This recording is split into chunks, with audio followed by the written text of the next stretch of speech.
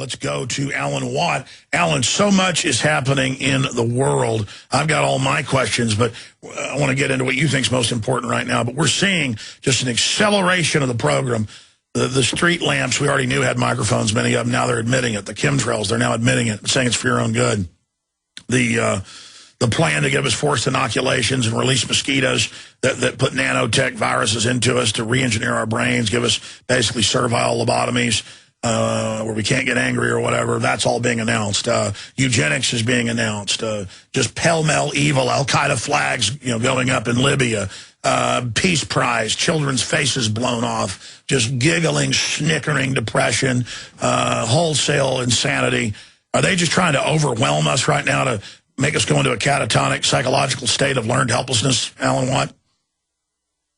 I think it could be partly that because of the ones who are following this whole program. But you got to remember that most of the populations are not following the program. They've never really been awake. They follow mainstream and lots of entertainment.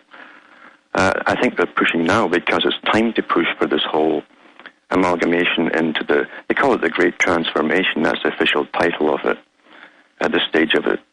And it's a transformation of the whole planet into the system that Quigley touched on. He talked about the economic side of it, mainly the economic side, as they amalgamate the continents and the central banks into one system under the Bank of International Settlements. He talked about this in the 60s.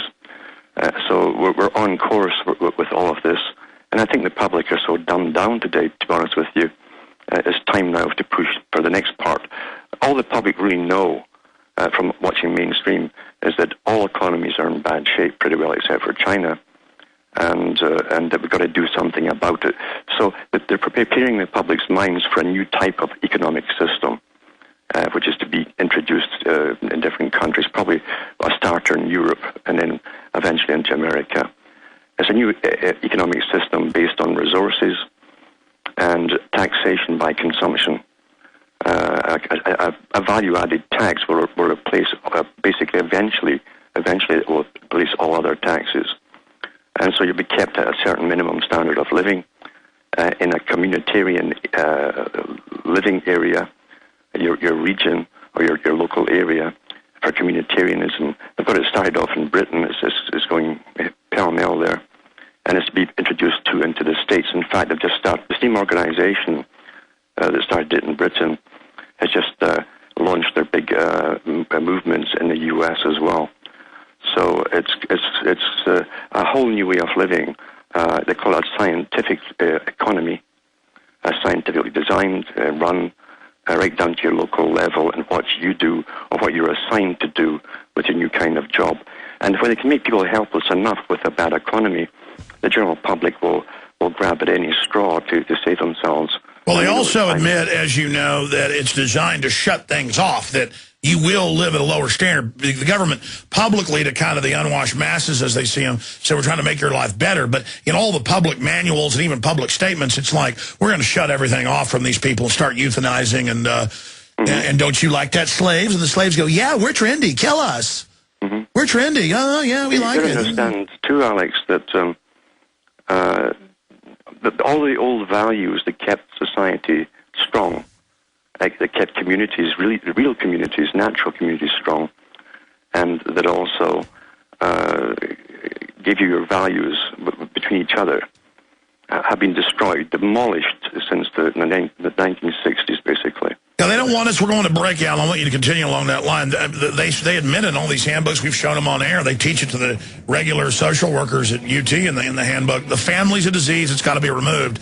But they really don't think it's a disease. It's a disease to the globalists. They don't want you having any sense of identity and any real roots. You've got to be like a blank slate they just download trendiness into. And then you just go, oh, my God, I take a shot, I get brain damage. It's so much fun. Wow, I'm dying of cancer. People are dying all around me. It's trendy. Fluoride in the water. It's trendy. Government gang raping me. It's trendy.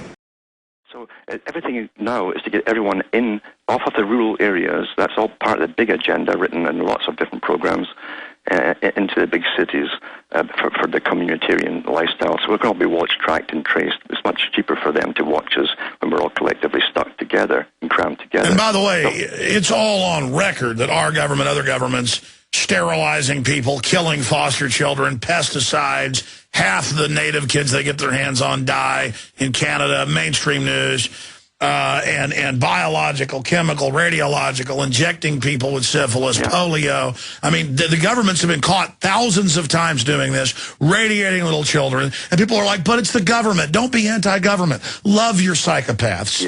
Hand your guns in. They want to help you.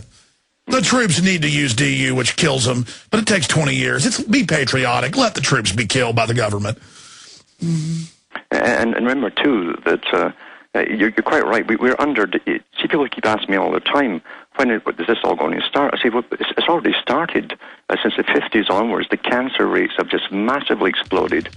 There's no panic about it, by the way. When there's no panic about it, that means it's under their control. They're behind it all, the big boys.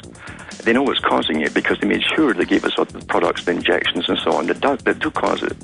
So this is a propaganda war we're in. It's an information war.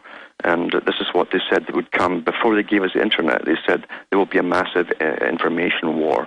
And of course, they didn't sit back and wait for it happening. They made sure they had the biggest, most professional, well-funded teams to make sure we'd always have information wars. Even on the other side, too, there's been fakes over the years who've come out on the Patriot side, and later we find out, like Bo Grites, that they're actually still working for the government. So this is a real war for the mind. When the mind goes, the body's no choice but to follow it. So it's a war for the mind, and until people literally become informed and then paranoid about their governments, nothing will happen. The majority will go along with it, unfortunately. And now you have the big propaganda push for conspiracy theories, and it was the main line that put that term out there. And now everyone's labelled a conspiracy theorist, like some kind of nuts, like the guy that collects corpses there instead of stamps. So that's how they label you. So a phrase can literally knock you out of action because it's already embedded into people's minds through propaganda. Just like Nazi, it shuts them up right away. There's no response to it. There's no reasoning through logic when it happens. You know. Amazing. Alan, thank you so much for spending time with us, and I look forward to speaking to you in the near future. CuttingThroughTheMatrix.com. Thanks for having me on, Alex. Good to have you.